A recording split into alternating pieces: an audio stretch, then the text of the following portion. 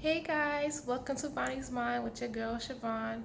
And I just thought that my Brooke Holtz video was kind of popular, so I'll just talk about um, things to expect when you first buy a dog. Okay, like basically expenses to expect.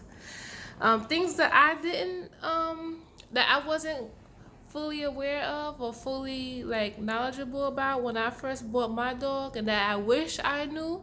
So I'll discuss that. Things I wish I knew before I bought um, Ruby. So the first thing is that when you buy a dog that you should have money set aside just in case things happen. Now puppies do get into a lot of things, and so they might eat chocolate or they might get to onions, garlic, things on the floor. So you should have like be prepared to not only pay for shots and vaccinations, well, the same thing, vaccinations and checkups and things of that nature, but to be prepared to spend money on if the dog gets into anything or any falls or things that just may come up that you may need, and also training if you don't know, if you're not prepared on how to train dogs, which most likely you wouldn't be if it's your first dog. Secondly, I wish I knew that all dogs don't come good. They don't come like this, okay? They come pretty untrained, unaware. They don't know English. They don't know anything. You have to sit there. You have to be patient with them, and you have to wait until they can understand you. And using as minimal words as possible will be your best friend. Do not sit there and try to have a whole full-fledged conversation with your puppy. It ain't gonna work out. Like, no. Minimal words, more body language, and keep it consistent, and keep the same time that you do things every day. Like, keep it the same exact time. Dogs love schedules. Stick to a schedule will make your dog feel sane and will prevent erratic behavior from your dog.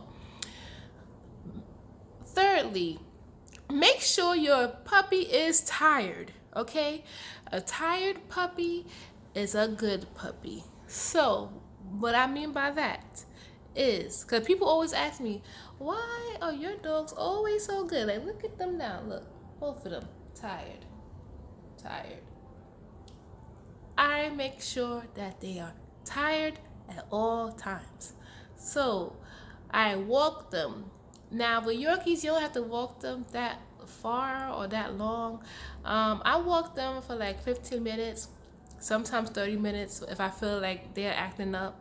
But even 30 minutes, that's a bit much for a Yorkie, to be honest. But they're used to it now, so. But yeah, it's a bit much for them, especially her. She's a teacup over here. You can see her, but she's really tiny. And I pick her up to finish his walk because he usually has more energy. But when your dog is destroying things and like chasing his tail or just destroying carpet or socks or shoes or even walls and couches and furniture and all that other stuff, either get it some toys because it could be teething, and dogs do lose their teeth, so they could be teething. So get them chew toys, get them chew bones, walk them, and not only walk them, like take them outside to pee, like literally go around the block a few times, go around different blocks. And also going around different blocks every day, it keeps them curious, it keeps them fun, they get to smell different smells. Let them smell, don't rush their walk, let them, it's okay to let a puppy pull you, but once they reach that 6 months of age, don't let them pull you anymore. And I don't mean like full-fledged pull, like a little, like, let me smell this area, let me smell that area. But the full walk, don't let them pull you. Like, if you walk in somewhere, you control the walk, okay? And if you want me to demonstrate that, if this video even gets views, let me know. I'll show you. But don't ever let a dog pull you to walk. But if it wants to smell a certain spot or whatever, and it's telling you wants to smell a spot or go to that spot, just let it go to that spot. Honestly, it's outside. It's been cooped up in the house all day. It's bored, so you're finally the human is home. So give it the attention that it needs, and they won't destroy your stuff, and they won't be destructive, and they'll just lay around and be tired. And if you can't walk it, then play with it. Let it learn um, how to fetch, how to play with a ball. I feel like the ball is the most proactive toy you can have. You could do tug of war, which if you have a protective breed, I wouldn't really suggest playing tug of war with them. But protective breeds usually enjoy tug of war, so pick your poison. But I don't suggest tug of war because usually that brings out aggression in dogs. But this is my opinion and what I see. All right, because tug of war is a kind of a possessive game, and dogs are usually possessive creatures, and so that brings it out more. But if you know what you're doing, then you could play tug of war with your dog. But I'm just saying, tug of war brings out possessiveness in the dog. I'm just saying, it teaches it, and if you lose, I feel like tug of war is not really a game that you can lose without consequences. So like the ball, you could lose that game. Let the dog win the ball. It brings in confidence if you let the dog keep the ball, But tug of war is not a game. I don't think that's a game you should be playing with your dog, honestly. Um, Another thing, so you need to make sure that you have money for vet bills, and knowing. Oh yeah, this is a big thing. Peroxide is gonna be your best friend. Now, some of y'all might think like, "Oh my God, are you really doing this?" Listen, when your dog gets ear infections, put peroxide in their ears. It works wonders.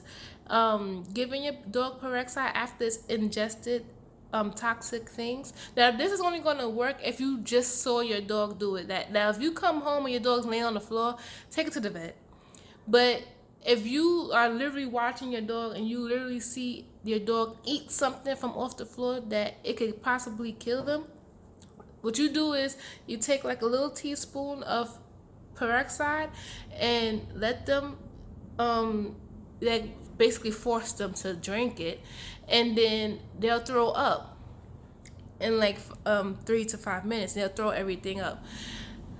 That's better than taking forever to get to the vet, and then they're gonna have to do it, and it's gonna be like kind of late. So that's a thing that I gonna tell y'all like to do. Like peroxide's a good thing to make dogs throw up and to get rid of ear infections and stuff. So yeah, that's a good advice. I feel like if you're like, oh my God, my dog ingested chocolate, oh no, or if they go through trash. That's another thing, dogs like to go through trash, especially puppies. And don't let them loose around the house. Don't let your puppies loose around the house. Buy you one of these. I have two of them. That's my dogs are trained. If I don't walk them, they both have their own.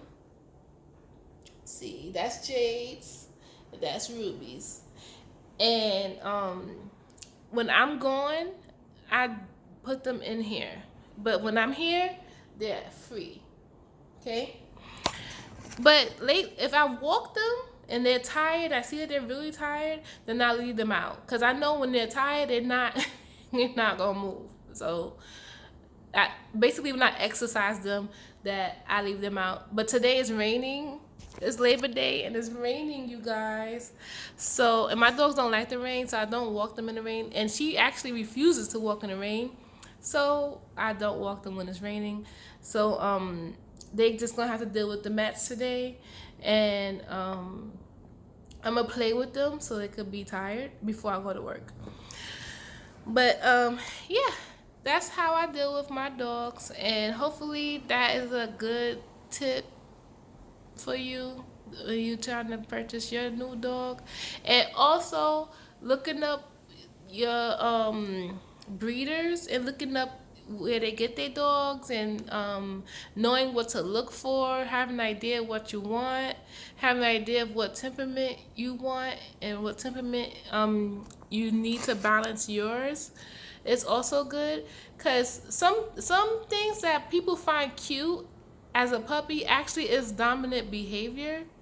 Like a dog jumping on you is dominant behavior, but it can look cute when it's coming from a little dog, but it's not cute behavior. It's actually bad.